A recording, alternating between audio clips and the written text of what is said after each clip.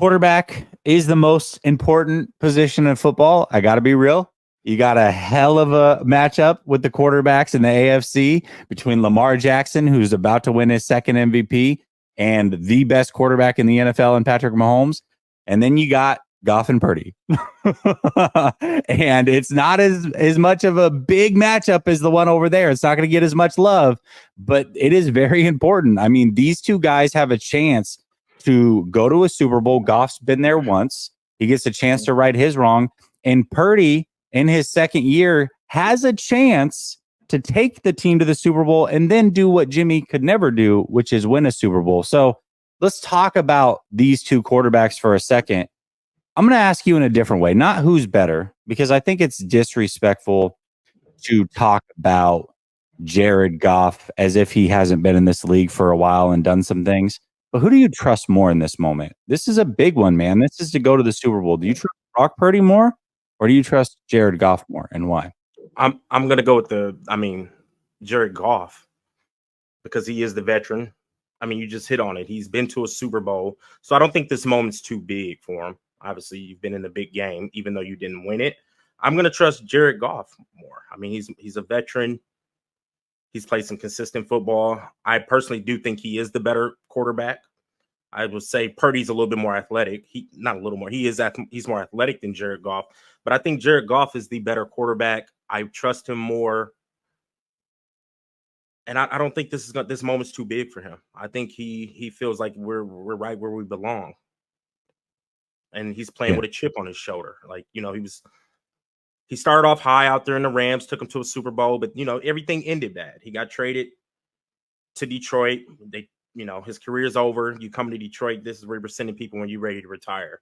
Nobody believed in Jared Goff. 3 years later, he's in the NFC Championship. So I feel like he's playing with a chip on his shoulder, like a lot of players on the Detroit Lions, like our city, like our head coach. Everybody was making fun of him. But I think he has a point to prove. I can go over here to Detroit, lead them to a Super Bowl, because we're going to the Super Bowl, just to let you know. We're going to whip that out. But to answer your question, I mean, I trust Goff more. You better say you trust Goff more. Let's be real. Come on, bro. Like, don't get over here. If I notice, your channel, you playing that Homer-ish, but like, yes. Listen, I don't. You know what? You know me. You know me. Rad, listen, if there's one thing you know about me, I'm not going to toe the line. I'm not going to play the Homer game. And so much so that these guys in the chat think that I hate Brock Purdy, which is interesting. Can you clear something up for me, Rad? You don't hate Brock Purdy. You was right. I actually found the text message. You texted me the year Purdy was coming out. Hey, bro, I think for the people in the back, go ahead. For the people in the way back. Hey, people in the way back. Yeah. Hey, there's a kid at Iowa State that I think y'all should draft late in the draft, Brock Purdy. You put me on Brock Purdy, years ago. I got text message proof. You should go watch some film on the kid. Solid. Like, he's no all-star, but he's a solid quarterback that I think he could take over after Goff leaves. I swear to right hand before him, he was on Brock Purdy. It's just that he never said Brock Purdy was just an amazing quarterback. He really said he's a good, solid quarterback. And that's what Brock Purdy is. He's a good, solid quarterback. I think the scheme helps him out a lot. You know what I'm saying? I don't want and the players around him. Him and Goff are the same people, to be real, though. I'm gonna just I don't want people to think, and the people in the Lions community, no, I don't love Jared Goff. I think he's a good, solid quarterback, but it just has to be a perfect storm for Goff and Purdy for them to shine. You can't be pressuring him too much. Play calling got to be on point, and he has to have mad pieces around him. He's in the same situation. Goff, he's got mad pieces around him, a top-tier offensive line, and if he can not have to move his feet too much, Goff will make the right throw. He won't turn the ball over. He's going to throw some accurate ducks because he throws mad ducks. But as long as his feet set, clean little pocket, semi-clean pocket, they both will make the play. But to answer your question, I'm trusting Goff more than Purdy in the day. Okay. I'm actually going to disagree with you, and let me tell you why. It is exactly that. And how often do I text you when the Lions are playing and go, if I watch Jared Goff walk into a sack one more time, I can't do it. at least I know that if there's pressure to be had in these moments, as far as pressure from the defensive line, Brock Purdy can break free and make a play. And Jared Goff, I do not trust at all if he's being pressured. Now, if you said pockets are going to be clean all day, who do I trust more? Give me Jared Goff. But I can't guarantee that. I got to expect pressure for both of these guys, and Brock Purdy can get mobile and make a play. Jared Goff can't. So give me Brock Purdy in this moment, because he's got a little bit more tools out of the tool belt when it comes to moving around. Now, who's got the better arm? Who can make all the throws?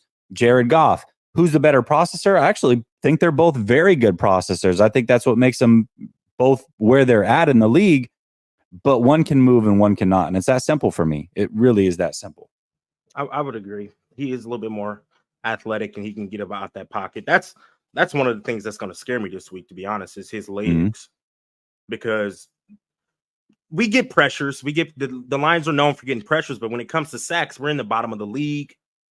We have a slow defensive line. My bad, man. My puppy was. No, you're good. I had to like Aiden Hutchinson. I think he's a great defensive lineman, but he's not a type of person that's going to get you a chase down sack. So I'm nervous going into this game just because Purdy's somewhat mobile. Yeah. And every butt whooping we done took this year has been by mobile quarterbacks. The Bears, the Ravens, the Packers. I don't care what loves somewhat mobile. Yeah. So that's going to scare me. And I would agree. Purdy is a little bit more athletic, but I don't trust him more than Goff. So I can't agree with you on that. Okay. All right. No. Right. And you I don't know. Come on, man. Don't play. What? You trust Purdy more than Goff? Yeah, after watching last week when he did it in a moment, yeah, how can you not? He just got done doing it when he needed it most, in the rain. And we know he can't throw in the rain. Like, this is 3 times in a row he's screwed the pooch when it came to throwing in the rain. So he can't throw in the rain. It's raining. He needs it in a big moment, and he got it done. I mean, I don't know how you know what I mean? He just, maybe it's recency bias because it just happened last week, but I mean, it just happened last week. How do I remove that from my mind? Okay.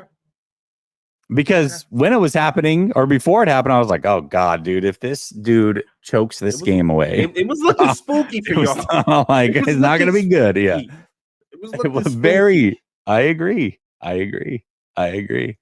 All right, let me hit a couple of these super chats real quick. Raphael says, should bet on this game. Loser gets a Jimmy G tat. I already got one, remember? Yeah, the OGs should remember that I got the low back tat. I already got the low back. Costco Hot Dog says, we about to go full Tanya Harding husband on Dan Campbell's kneecaps. Cucumber monkeys ride. Man.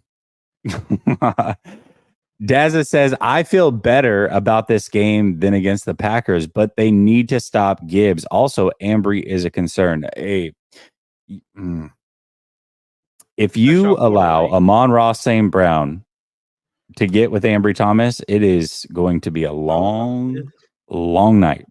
Let's line J-Mo up out there. Let's put J-Mo on him.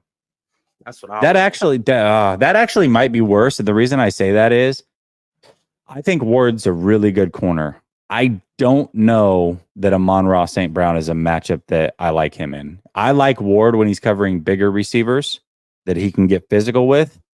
Amon-Ra St. Brown will route you up. He'll get physical with you. He'll beat you with speed. If you want to just go at the catch point, I mean, you guys remember Steve Smith, right? I'm not saying he's this strong at the catch point, but he's pretty dang strong, pretty dang close. If the ball is a 50-50 ball, he's likely going to come down with it. So I don't know that Amon-Ra St. Brown is I would almost say, hey, let's put Ambry on him and know that that's going to be an L, and we can help double cover over there. And then whoever Ward has, that's going to be a W in the 49ers' favor. I almost would rather go that route, really, but I don't know. We'll see how it plays out.